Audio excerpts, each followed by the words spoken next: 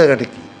আমি হিন্দুদের পূজা ঠিক মতো করতে পারে, তারা স্বাধীনভাবে পূজা করতে পারে, এই দায়িত্ব আমার, এটা রাষ্ট্রের দায়িত্ব। আমি গিয়ে সেখানে পূজা করব, এটা রাষ্ট্রের দায়িত্ব না। এটা আপনি কেন বুঝতেছেন না? আমি ঈদ পালন করবো, এটা আমার দায়িত্ব, কিন্তু সবাইকে ঈদ পালন করতে হবে এটার নাম উদাহরণ নন সাম্প্রদায়িকতা। এটা আপনাকে কে শিখাইছে? এগুলো ঠিক না।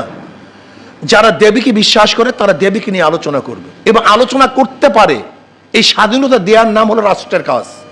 কিন্তু আপনি গিয়ে দেবীকে একেবারে নিজের খোদা বানায় ফেলাইবেন, এটা রাষ্ট্রের কাজ না, এটার নাম নন-সাম্প্রদায়িকতা না।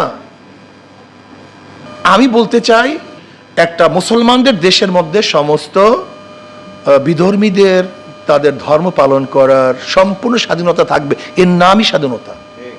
তার মানে এই নয় যে আপনি প্রত্যেক ধর্মের কৃষ্টি, কালচার, সংস্কৃতি নিজের মধ্যে নিয়ে আসবেন, এর নাম স্বাধীনতা, এটা না। যেমন আমি কি মনে করি, আমি মনে করি ইসলামের মধ্যে সমস্ত মানুষের মুক্তি আছে, সমস্ত মানুষের স্বাধীনতা আছে। ইসলামের বাহিরে কোনো আদর্শ মানুষকে মুক্তি দিতে পারে না, স্বাধীনতা দিতে পারে না।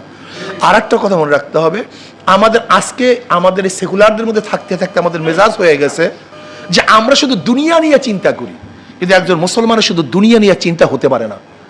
আমাদের মূল চিন্তা হলো আখেরাত এবং দুনিয়া, উভয়টাই। আমরা দুনিয়াতে শান্তি চাই, আখেরাতে মুক্তি চাই। কিন্তু আমাদের মুসলমানদের দেখছি, আমি যত আলোচনা হোক, আমাদের আখেরাত একটা আছে, পরবর্তী জিন্দিগি আছে, এই চিন্তা আমাদের মধ্যে নাই। আমরা শুধু দুনিয়া দুনিয়া। সেকুলারদের কাজটা কি? নাস্তিকদের কাজটা কি? নাস্তিকের কাজ হলো শুধু দুনিয়া দুনিয়া নিয়ে চিন্তা করা। কিন্তু একজন মুসলমান তৌহিদবাদীর কাজটা কি? দুনিয়া এবং আখেরাত উভয়কে নিয়ে চিন্তা করা।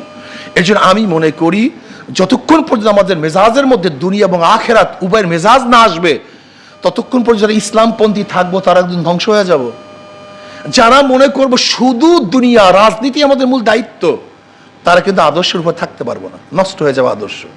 আর যারা মনে করি না আমাদের দুইটা কাজ, দুনিয়ায় মুক্তি, আখেরাতে শান্তি, এই দুনিয়ায় মুক্তি আখেরাতে শান্তি পাওয়ার জন্য আমরা যদি চেষ্টা করি, তাহলে এই মানুষগুলি স্বাধীন থাকতে পারবে, এই মানুষগুলি উন্নত হবে এবং চুরি হবে না, ডাকাতি হবে না, আল্লাহর কাছে জবাব দিতে হবে। এই চিন্তা যতক্ষণ পর্যন্ত না আসবে, চুরি বন্ধ করতে পারবেন না, ডাকাতি বন্ধ করতে পারবেন না। আজকে যারা ক্ষমতায় যেতে চায়, ক্ষমতায় না যাওয়ার আগেই তাদের অবস্থা আপনারা দেখেছেন। হীন এমন কোনো অপরাধ নেই যে অপরাধ তারা করছে না। আজকে তার ক্ষমতায় যাওয়ার জন্য ধর্মকে বিক্রি করতে পারে, আজকে ক্ষমতায় যাওয়ার জন্য ধর্মকে পরিবর্তন করতে পারে, আজকে ক্ষমতায় যাওয়ার জন্য তার ইসলামের বিরুদ্ধে কথা বলতে পারে। আমি চাই, আসুন আমরা মুসলমান, 92% মুসলমানদের দেশে ইসলামের হুকুমাত হবে। শুধু কোরআন না, এটা একটা ভুল। আমাদের অনেকের মাথার মধ্যে শুধু কোরআন কোরআন সরার, শুধু কোরআন কিচ্ছু না।